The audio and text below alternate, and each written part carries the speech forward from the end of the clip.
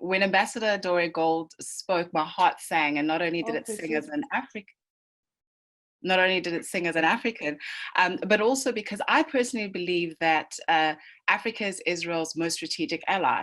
And not only from a political perspective, so from voting in the United Nations to also voting in the AU, but when you look at the economic opportunities that present itself from investment perspectives, both from Israel as well as to Africa, we need to focus on how Africa can become better. And one of the core aspects to bettering those relations, not only on an African perspective, but globally, is this lie which emanates from my country, from the African continent, that Israel is an apartheid state. Now, because this word has been used, bantered around so much, people have, in my opinion and my experience, have forgotten what the true meaning of this is.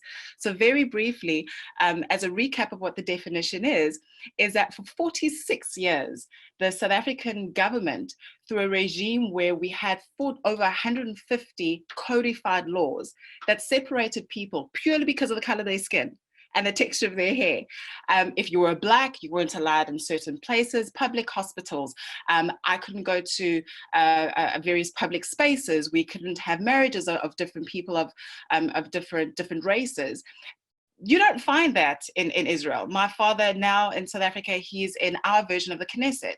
During apartheid regime, you would not have found Arabs within the Knesset. You could not find them in hospitals, going to the same universities to study. So this whole narrative that Israel is an apartheid state is a lie. And if we want to totally dismantle the BDS conversation, then we have to once again remind everybody as to why this is a lie. Also, because people want to give substance or want to give credibility to this lie, they like to invoke the words of our former president, a global icon, former President Nelson Mandela.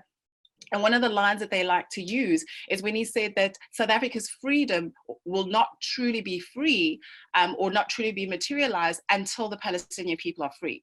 Now, whilst it's true that he did say that, they oftentimes forget the fact that he visited Israel in the year 1999.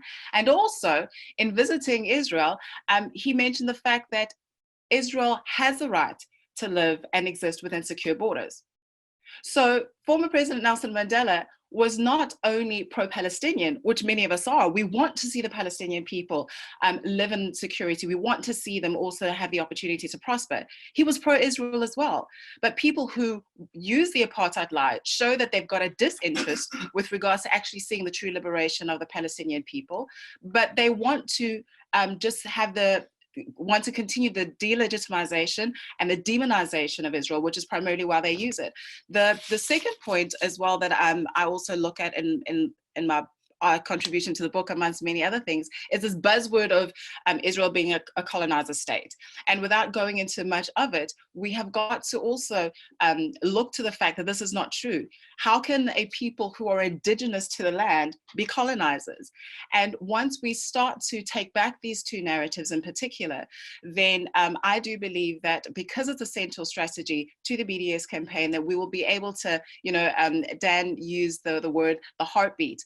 If it's a heartbeat to this whole conversation, if we can cut these arteries, these two main arteries, then we'll find that the impact of the BDS and its anti-Semitic partners will continue to, or rather will start to demise. So I know that time is limited, and so I'll just leave everything there.